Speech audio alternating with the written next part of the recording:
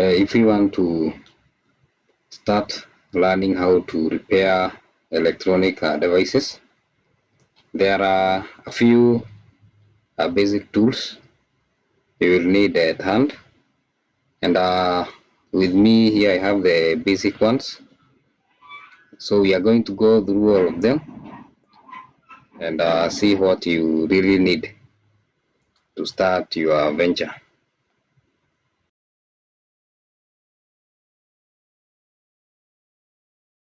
Let's begin here at the middle.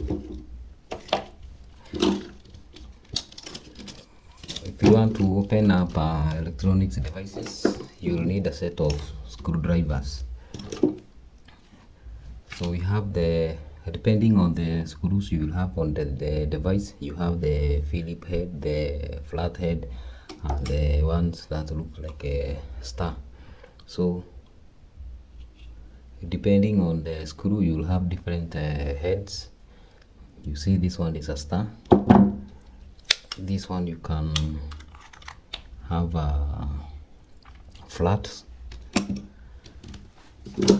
So if you want to open something like a phone, the one with the small screwdrivers, you can have a set of these tiny ones. This one is an electric tester. You can also use it to open small screws. So these ones come in all sizes and different prices depending on your budget. So the other thing is pliers and wire cutters. They all come in different sizes, but you see I have a rather cheap one here. You can use this one to cut some wires, or if you want to twist some thick wires together, this one will come in handy. Again, very cheap, but you can get away with using one of these cheap ones. The other thing is a soldering iron or soldering gun, whatever you want to call it, as long as you know what it is. This is what you use to solder stuff on a board, on a motherboard, or make joints using wires. So they are cheap. Again, they also come in different sizes, power ratings. You see, like this one, you can be able to change the tips depending on what you are working on. You can change like this, you can change the tip.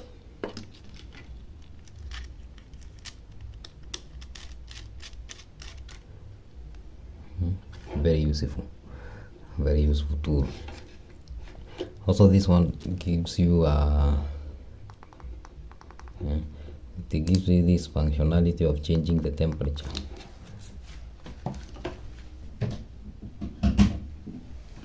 See, you can change the temperature depending on what you are working on, and it gets hot very quickly.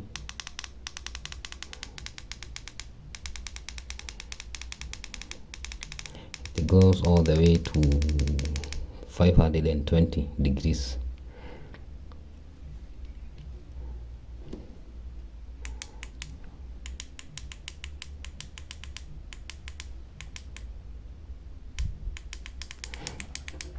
Depending on the power rating, like this one is 60 watts. The higher the power rating, the hotter this thing will get, and the faster it heats up. So you can see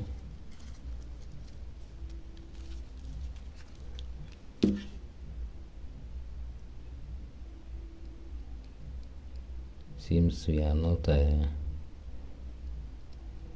the temperature yet. Yeah.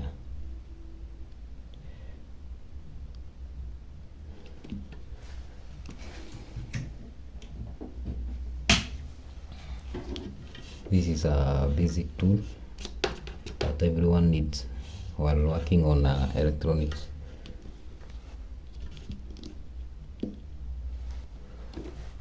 You can also have a tool like this. This one is for holding it while you are working, like that. Very useful, very useful.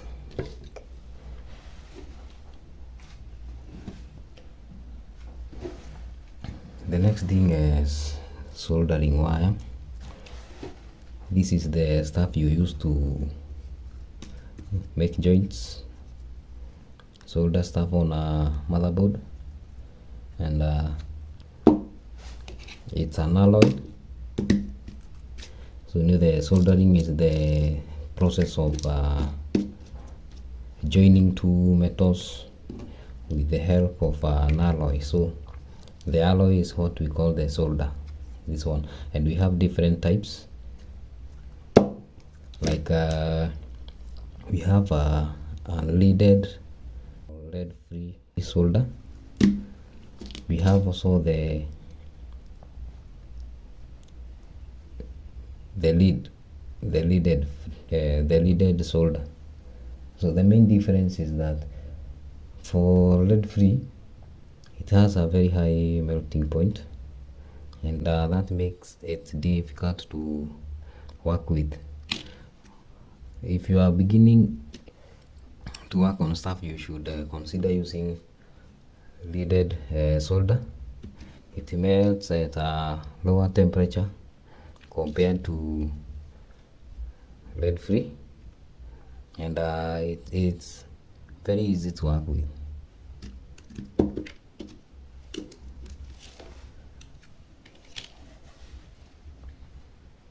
So the other thing is this here. I think this is the most useful tool you can ever get. This one is very cheap. It's called a multimeter. This is the stuff you use to test other components like resistors.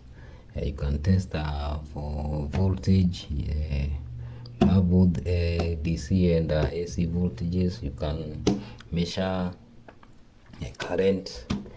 You can also measure resistance.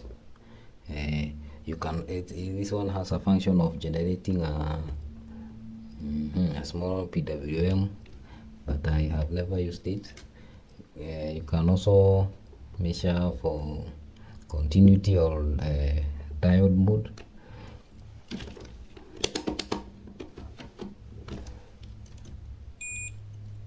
For this one, if you have a shorted component, it beeps. And for continuity, checking continuity between 2 points, you use this one, this mode. You can also measure resistance. It starts from 200 ohms all the way to 2000 kilo ohms or 2 mega ohms. You can also measure for DC voltages, which starts from 200 millivolts all the way to 100 volts. For DC, for AC voltages, it starts from 200 and all the way to 750 VAC. Current from 2000 microamperes to 10 amps. This is the most useful tools when you come to troubleshooting electronic components. You'll be able to see the small errors using this one, like shorted MOSFETs, shorted transistors, blown fuses. You're just using the continuity mode, you will be able to detect. This one comes in different types. This is the basic one, the cheapest you can find.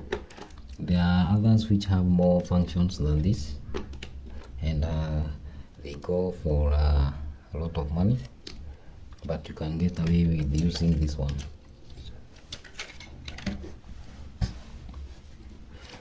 The other things you may need or may not need is tweezers. Tweezers come in handy when you are working on tiny components. Most likely, if you are working on a surface mount component or SMD components, these ones will help you in holding the components in place, maybe plugging them out of the motherboard. Yeah, and they come in different shapes. You see this angled one, you have straight ones. Yeah, these are very cheap again. We are talking on a budget here. These are the cheapest things you can find, the cheapest equipment you can find and use to set up shop and start earning some little money.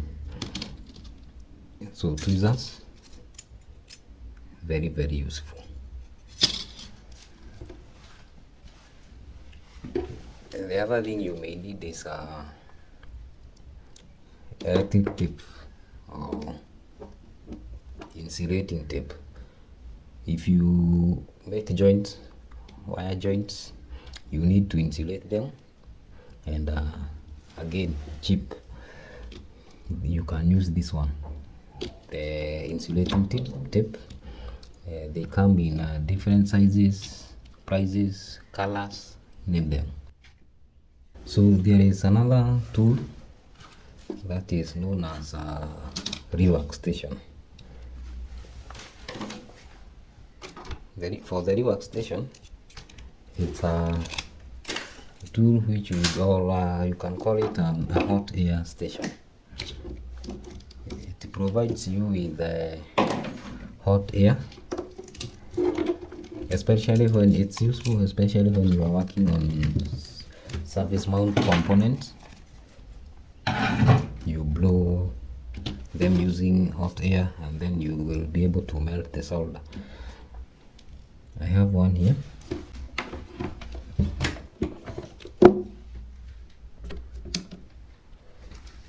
This is what I'm talking about. You can see this thing, it has a heater inside, then you have a pump inside. It pumps air through this, and then it heats up, then you'll be able to melt stuff. Also, you have these presets. You can set the heater temperature, the airspeed. So this one comes with its own soldering iron or gun. You can use it, so you can just buy this one, and you will have a combination of soldering gun and hot air. So let's see how it works. So it's on. Watch how this is the temperature of the heater, and I can already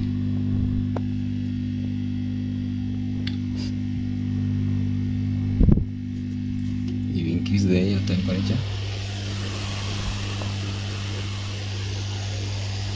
You can set from here, or you can reduce it. Then you have the heater. You can see inside it's very hot.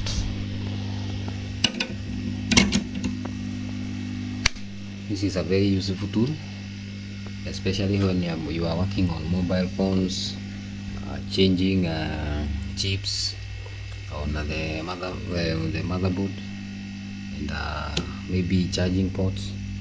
Very useful.